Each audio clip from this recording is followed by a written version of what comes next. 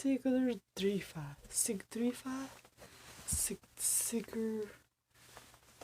Sigrdrifa. Oh, of course the salvation is cute teenage girls. Hello fellow anime geeks, welcome to another first impression video in my fall 2020 coverage where I try every anime series premiere I can to hopefully offer you guys a bit more information on the ongoing season. As per usual, I'll be organizing my first impressions by answering these 4 questions, and today I'm going to try my absolute best to not butcher Old Norse pronunciation with Senyoku no Sigrdrifa, or Warlords of Sigrdrifa. This only has 2 mal tags, action and military. So I would add supernatural fantasy because the premise deals with Norse mythology and those deities. We gotta add girls with guns, guys. This is another cute girl action fantasy. Here we go again. This one actually had me fooled. We started with this awesome action sequence where there's like planes and magic baddies and they're like cool looking, like all creepy and armored and magic. So what's our only hope? Cute teenage girls. Go figure. But this is one of the more story-driven cute girl animes I've seen, at least in the fantasy category. I was surprised to learn that this is actually an anime original because the plotline and the premise, everything feels very much like a knockoff version of SukaSuka.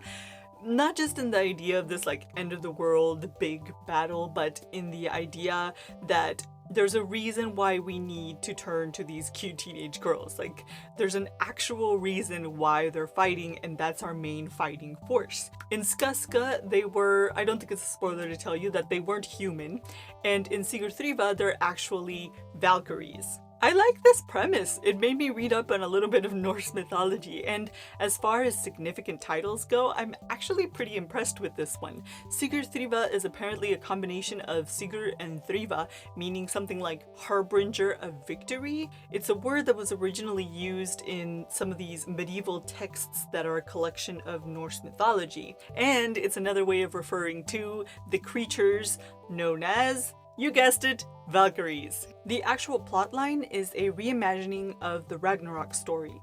These magical pillars and destructive creatures start popping up all over the world, and humanity is pretty doomed, or at least we seem pretty doomed, until Odin introduces us to his daughters, the Valkyries. They have like special fighting powers and these like special planes with wings. I mean, like feather wings? I understand planes have to have wings. And they also have these like magical bullet cannon fire things that can actually pierce through and destroy the unknown pillars. They actually tie a surprising amount of this myth into the plotline through some really intelligent allusion. At one point, Odin is kind of reflecting and says, "Oh, I wonder if we're ready for the coming twilight." Now, another way of referring to Ragnarok is the twilight of the gods. The oceans are supposed to rise up and swallow up the land as serpents rise from the depths and mountains collapse and fall under the trees.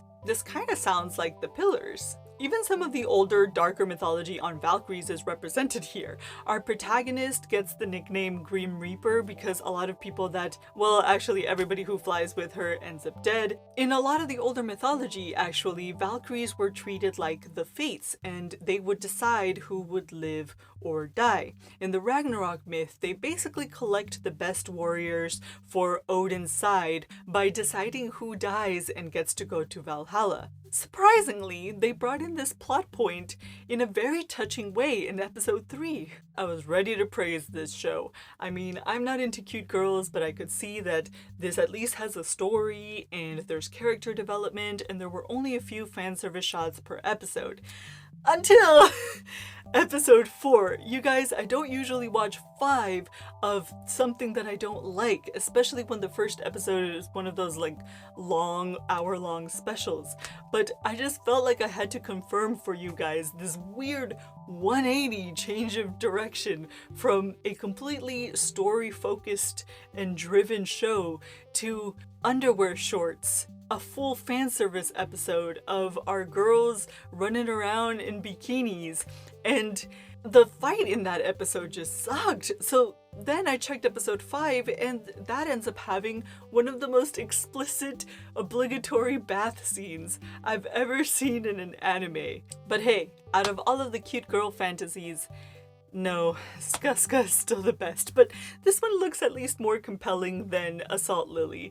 So if you like cute girls, if you like fantasy and action, this one looks like it might have a bit more substance. And on that note, I'll catch you in the next video.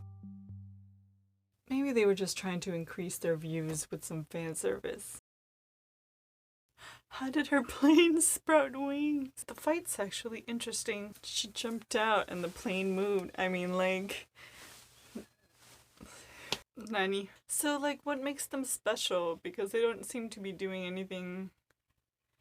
I guess they have magic gunshots?